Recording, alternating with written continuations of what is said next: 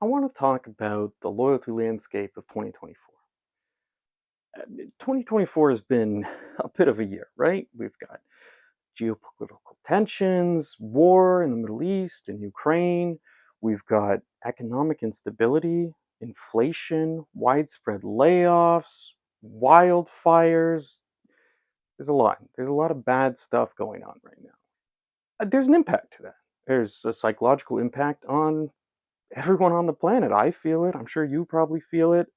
Most importantly, your customers feel it. In these times of uncertainty and fear, it has a big effect on consumers and how they actually spend and make their purchase decisions. In fact, there was a survey done by McKinsey, and they found that 74% of consumers change their shopping behaviors to spend less in times of economic uncertainty, which I think we're in right now, right? So consumers are spending less. A lot of people are saying they don't want to spend more investing in things like a loyalty program. A lot of companies are moving closer into their core product focuses, their core values, into doing what they know and what they do best. They don't want to innovate, they don't want to spend to do more, which in these kinds of times is understandable. But despite this instinct to cut costs, investing in a loyalty program right now is actually the best time to do it. They actually did a study on this, and Tavo released a report, their global customer loyalty report in 2024, and they actually found that 81%, over 81% of program owners found their loyalty initiatives to be beneficial during economic downturn. It's a great time to have a loyalty program.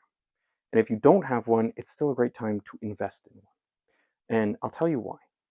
Because of those moments where customers are experiencing challenges in their life, where they're being stressed, if they're uncertain, if there's fear, if you are there supporting them, connecting with them on an emotional level, doing something to help them overcome this stressful time, they're coming to you, they're buying something. There's obviously something of value that they're getting from you.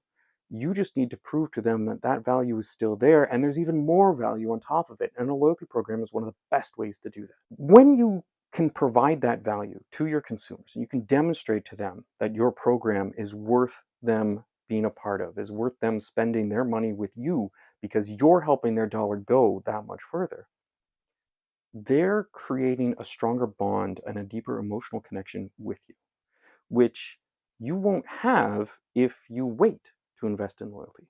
If you're waiting until things calm down a little bit before you start investing again in innovation, in revamping your loyalty program, or even launching a new one, you're going to miss out on that opportunity to make that deep emotional connection. It comes down into sort of like Maslow's hierarchy of needs here, right? So if you're supporting their basic needs when they're under threat, which economic downturn, instability, etc., those are all threats to their basic needs, to what they need in that pyramid, then you are showing them that you're providing more value.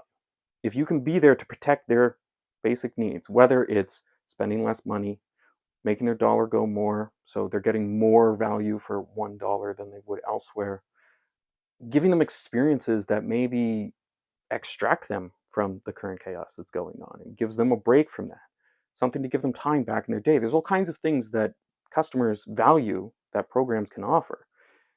And if you're able to do that, you are creating that deep emotional connection, which is going to pay off in the long term. And it's going to pay off more than you waiting around because it's a lot harder for someone to change their loyalty when they've connected with you through some difficult times and you were there for them. If you show them that you were there for them, they're going to stick with you. Now, this is all easier said than done, right? Investing in a loyalty program is it's a challenging, complex thing, especially nowadays. We're well beyond punch cards at this point, right? We're into things where we have to consider communication overload. You know, customers are getting so many messages in their inbox, on their phones, from apps and emails and work and friends and family, etc. You have to somehow have your voice heard in that sea of noise. What are you going to do? Integrating new technologies, that's another big challenge, especially with the rise of AI. People have new expectations because of what AI is able to provide them. And now those expectations are reflecting on you. They're expecting your program to respond to them in this more human way. It's expecting to know their needs better. Are you able to implement that? Is that something you can even think about doing? Is your tech stack even ready? There's a lot of infrastructure that can be done. Of course, along with that AI comes privacy concerns around data. If they're sharing all of this information with you, who's looking at it? Where is it going? How is it protected? And something that's really important, what value are they getting from it? Are they going to share something with you and never see a point to it again? Or are you getting that data and doing something with it that they're getting value out of? Helps make for a more effective program if you are. Cross-channel communications. Everything has to be omni-channel nowadays, and loyalty programs are no longer just marketing. They are, or at least they need to be, a cohesive business channel across everything you're doing. If you do not have loyalty embedded into your ecosystem across the board, you're going to run into problems. And part of the data, part of the AI, part of the customer expectations, they are expecting that at a bare minimum, but they're also expecting that something they do on one platform is going to continue into other platforms. So if they do something on your web app, they're going to see that on the computer, and they're going to see it on a different brand site, and it's going to translate across the entire ecosystem. You have to be prepared for that. So what does that look like? And of course, financial stability. I mean, it really comes down to it for both the customer and for yourself. You need to be able to provide them with a program that gives them enough financial value or gain or benefit in some way, shape, or form that they feel you care about them, you're listening to them, and you're giving them something back in this time of need. They're getting that good value from you. But you have to be able to get something from them. You have to be able to grow your ROI. You have to be able to see growth in your company. You have to get them to spend more, buy more frequently, purchase more things, whatever the case is. This program has to be beyond self-sustaining. It needs to be a profit driver. And the right program can do that. When it comes down to the loyalty landscape of 2024, what are we looking at? Well, we have to make sure you're taking a customer first mindset. You have to be thinking about the customer first, especially now. They are looking to you for support. They are looking to brands to be able to recognize what they're going through and be able to give them something back, to be able to support them, even if it's just a small coupon, even if it's just a friendly reminder in the mail, even if it's some small surprise and delight moment that they weren't expecting that just brightens their day. It can make a big difference right now. But you have to know what that needs to be in order to bring that smile out in your customers. So you got to think like them. You have to embrace the challenges as opportunities. It's a challenging time right now. The economy, the world, everything that's going on, there's still a lot, there's still pandemic recoveries people are dealing with. They're not challenges that can't be overcome. They're challenges that you should face head on and be able to approach with the mindset of new opportunities for you to come in and find new ways to support your customers. Or you need to find a new way to communicate to them that these challenges are not going to be an extra burden on top of them. You're handling things, you're taking that off their plate, and you're going to do what you need to make sure they don't have to worry about it. Loyalty is a long-term investment, but right now is the best time to do it. You're investing not only in your business, but you're investing in your customers.